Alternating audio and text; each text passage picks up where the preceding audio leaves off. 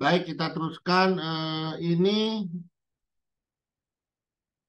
keadaan di mana orang atau Anda tidak boleh memberikan morfin. Ya, ingat, Anda tidak boleh memberikan morfin. Ya, pada keadaan sebentar. Ya, pada saat keadaan koma, ya, koma tidak boleh Anda memberikan morfin. Udah jelas. Kenapa? Karena, aduh, iya lupa. Kelas ini belum diajarin GCS ya. Aduh, nanti saya kasih lihat videonya, terus kamu simpulkan sendiri. Minggu depan saya terangin, ya. Karena ini ada hubungannya dengan GCS, ya. Jadi anggap aja seperti itu ya. Kamu pelajari aja dulu koma, terus yang mengalami penyakit hati yang parah, severe liver disease, penyakit hati yang parah, yang mengalami penyakit yang berhubungan dengan pernapasan yang parah, ya, kecuali pada pneumonia atau ada yang namanya pleurisy, di mana penyakit tersebut menyebabkan rasa nyeri yang amat sangat, boleh diberikan morfin. Penyakit-penyakit yang berhubungan dengan pernapasan lainnya tidak boleh diberikan morfin. Head injury, trauma kepala, ya, itu tidak boleh diberikan morfin. Karena apa? Berhubungan dengan GCS itu tadi, ya. Jadi yang seharusnya kita bisa menilai GCS-nya si pasien ini berapa dengan adanya morfin, jadi nggak bisa ternilai, ya, karena kesadarannya udah pasti turun pakai morfin. Jadi yang harusnya GCS-nya bisa 12, 13, karena dikasih morfin turun jadi 10, jadi 9, ya. Asma juga tidak boleh diberikan morfin. Terus pasien dengan shock, seperti yang saya sudah ajarkan kemarin tentang shock, ya, itu shock tidak ada hubungan dengan morfin. Jadi kalau ada shock jangan diberikan morfin. Jadi otomatis di kapal tuh jangan apa-apa morfin, apa-apa morfin, ya. Kurang baik. Oke, berikutnya apa yang tidak boleh dilakukan?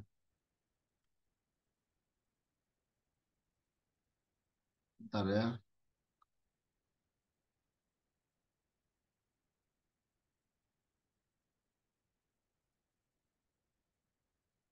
Eh,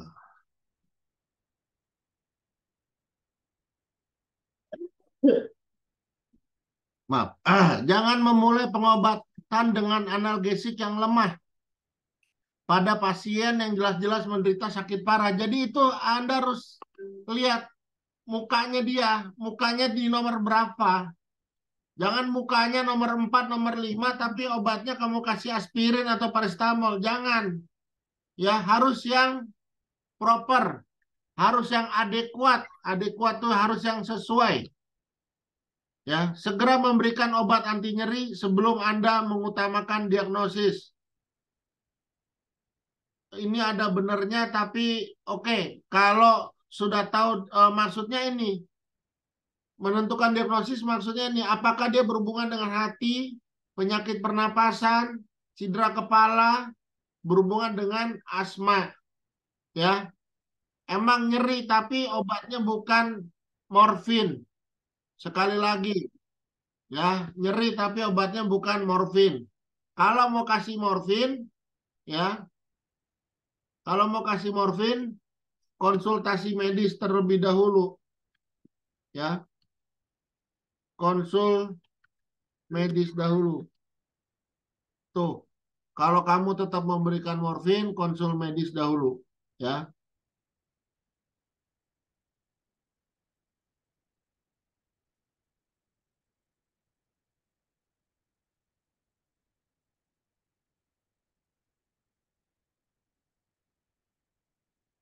Bentar, udah, ya. Oke, dosis awal untuk paracetamol dan ibuprofen harus memakai dosis maksimal, ya. Jadi maksudnya kalau memang dia mau dikasih paracetamol, ibuprofen, coba dihitung dosisnya, dosis maksimal. Itu berapa, ya. Kalau 3 gram per hari berarti 3 gram itu adalah 3.000 miligram. Kalau satu tablet 500 berarti ada 6 tablet.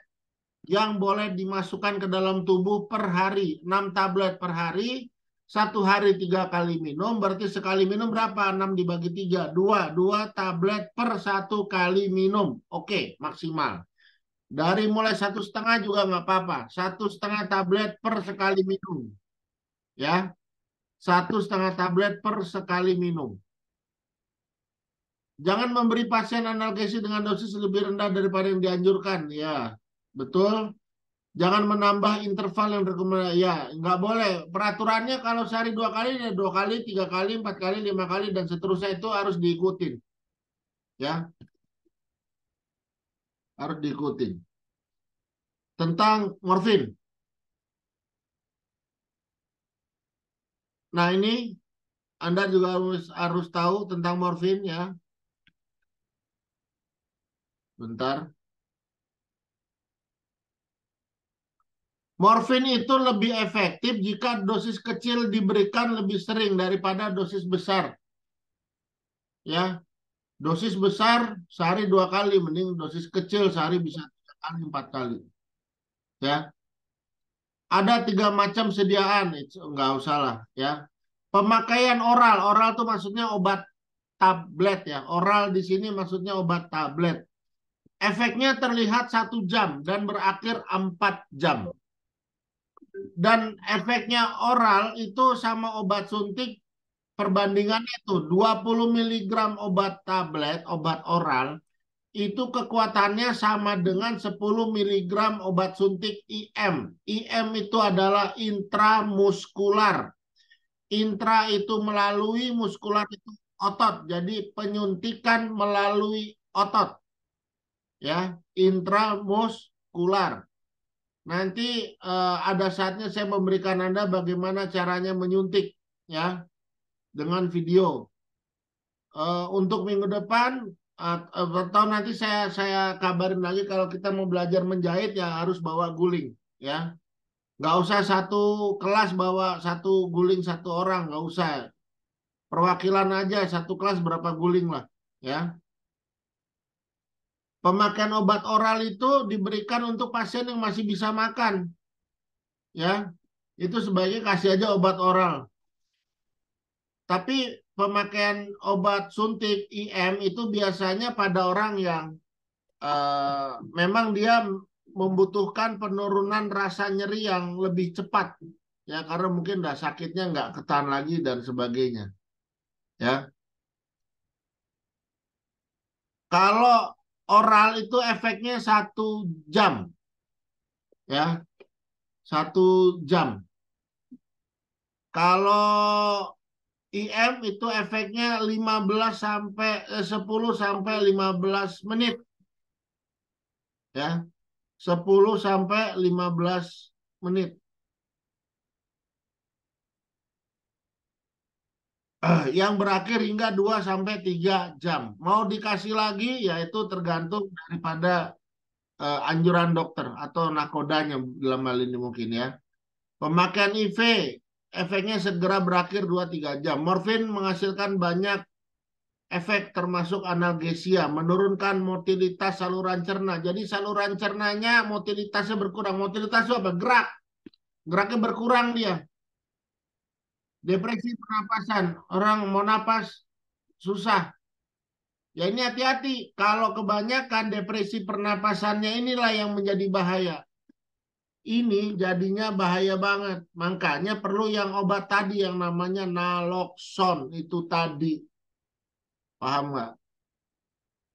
Namanya naloxon. Ya. Nah ini bahaya depresi pernapasan. Makanya untuk itu obatnya butuh namanya naloxon. Nah ini cara pemberiannya ya. Cara pemberiannya seperti ini. Kalau ada pertanyaan silakan.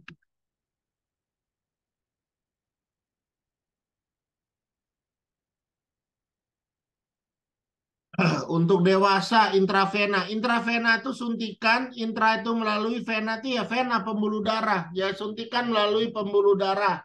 Biasanya adanya di sini nih, ya. Tapi saya nggak anjurkan untuk kalian karena ini harus belajar. Ya, yang lebih dianjurkan adalah menyuntik lewat otot saja. Ototnya juga otot gluteus atau otot pantat ya. Karena itu yang paling tebal dan insya Allah paling aman. Ini dosis awalnya, intervalnya 10 menit. Ya, jadi dosis awal dewasa intravena kasih 5 miligram aja. 5 miligram. 5 miligram itu berarti setengah ampul aja dulu. Sudah? Tunggu 10 menit. Masih belum dapat efeknya. Tambah lagi 5 miligram. Targetnya sampai nyeri terkontrol. Artinya terkontrol sudah tidak nyerinya sudah mulai berkurang banget. Ya. Sudah dosis targetnya itu berapa? Diulang 3 sampai 4 jam sekali. Biasanya ini 10 menit kasih 5 miligram lagi, nggak mempan. Masih belum, masih sakit 10 menit. Kasih lagi 5 miligram. Udah lumayan tuh. Nah, berarti dari awal sampai nyerinya enak itu butuh 15 miligram. Oke. 3 jam atau 4 jam kemudian disuntik lagi 15 miligram. Langsung tanpa seperti awal 5, 5, 5. Enggak. Langsung 15 miligram. Sudah 4 jam lagi 15 miligram ini terus ya. Biasanya sampai 2 hari aja. Karena kalau terus-terusan dikasih itu nantinya malah efek kecanduan yang bikin parah.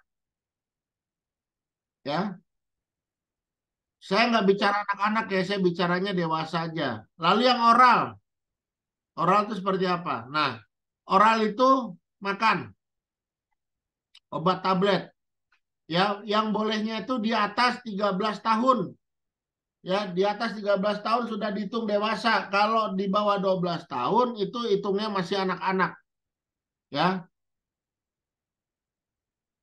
obat itu 50% lebih tinggi daripada dosis IM. Oke, sekarang dosis IM dulu ya.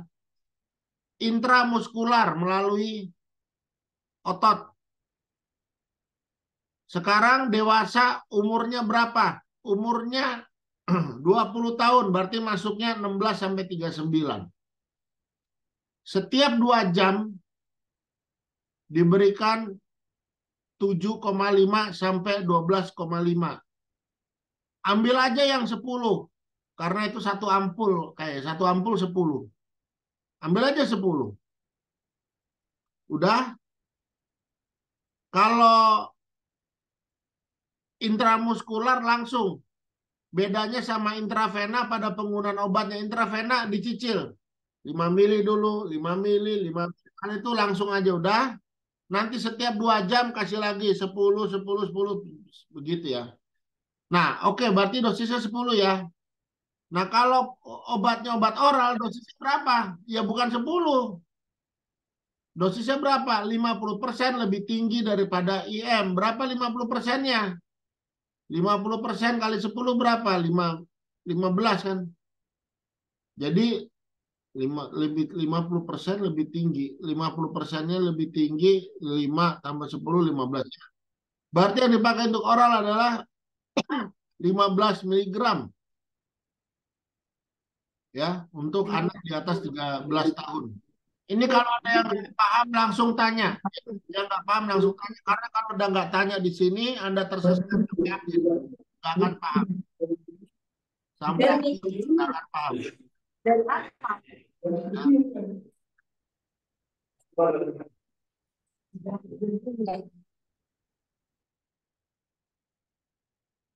Oke, ini udah ya. Sebentar-bentar saya screenshot atau belum.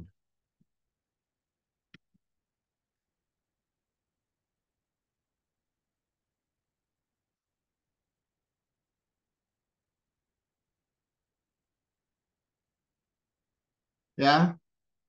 Berikutnya, penggunaan morfin harus memperhatikan skor sedasinya, skor sedasi. Jadi Tapi ini nggak harus dipelajari ya. Kalau memang dia mempergunakan morfin terus-menerus ya memang harus memperhatikan ini ya. Skornya itu ada skor 0, S, 1, 2, 3. Idealnya itu 1 mild sedation ya, mild sedation. Tapi ini nggak usah dipelajari lah karena Anda jarang sebenarnya menggunakan morfin itu jarang, harusnya jarang. Ini aja dulu efek umum yang sering terjadi pada penggunaan morfin dengan pemakaian dosis berulang.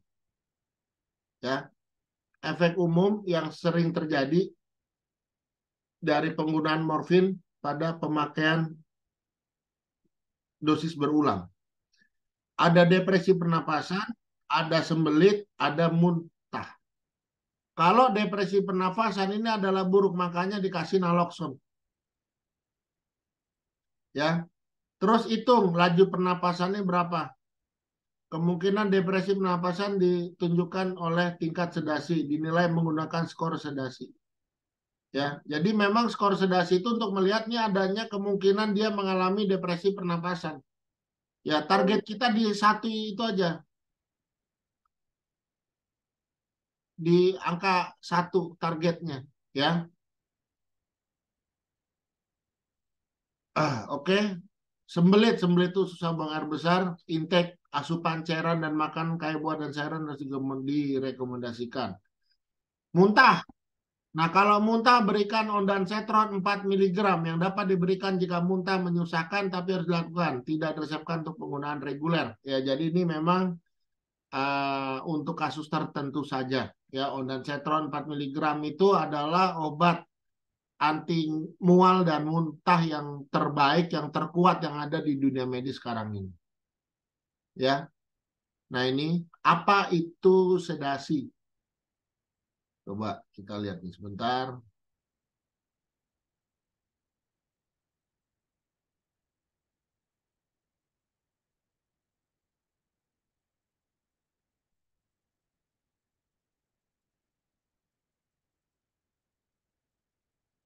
Yuk kita lihat ada nggak nih jenis sedasi. Hmm.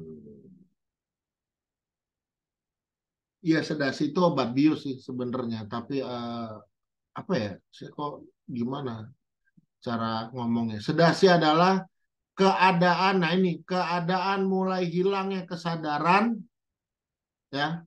Sedasi adalah keadaan mulai hilangnya kesadaran dengan menggunakan agen anestesi, ya. Itu namanya sedasi. Beda dengan relaksasi, suatu keadaan berkurang atau hilangnya ketegangan otot.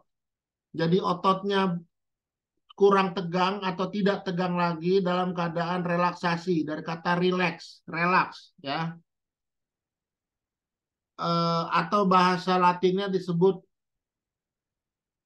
dilatasi ya. Bahasa Inggris juga, bahasa Latin juga dilatasi, dilatation.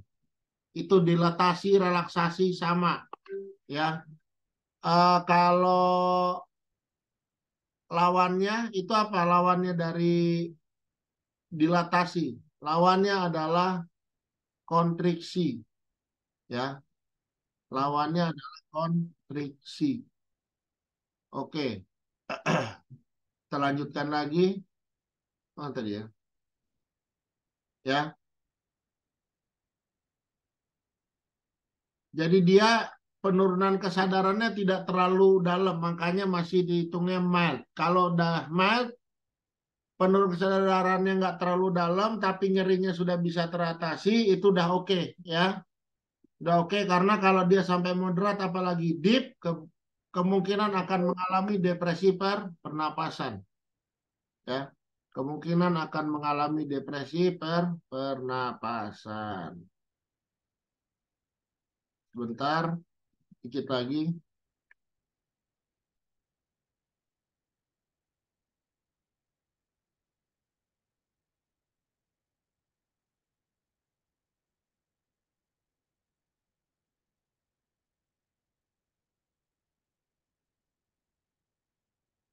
Oke, naloxon. Naloxon adalah obat mengatasi overdosis obat opioid, ya, antara lain dari kodein, morfin, heroin, dan lain sebagainya. Naloxon itu tersedia dalam bentuk suntik. Naloxon bekerja dengan cara memblokir efek opioid di otak. Obat ini digunakan untuk menangani overdosis pada pasien yang menyalahgunakan nafsa. Overdosis obat opioid dapat terjadi akibat penggunaan yang tidak diawasi oleh dokter. Jadi itulah naloxon. Berapa dosisnya naloxon? Ini dia. Ya, dosisnya adalah 0,4 sampai 2 miligram. Ya, dosis dapat diulang tiap 2 sampai 3 menit jika diperlukan. Dosis maksimal adalah 10 miligram.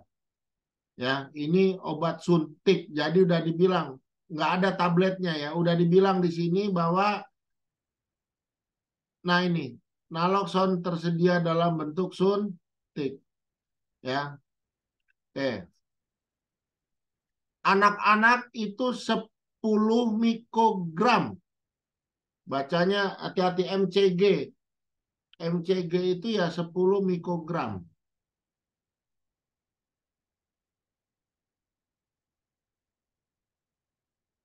Ya, ini udah saya tulis di sini. 1 mikrogram itu adalah 0,001 miligram atau 1000. 0,001 miligram. Ya, berarti kalau 10 mcg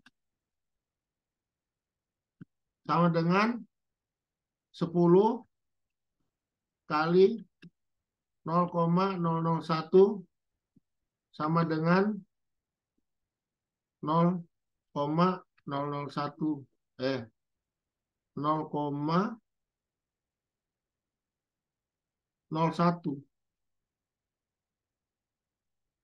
ya, atau 1/100. Oke, ya ini dia.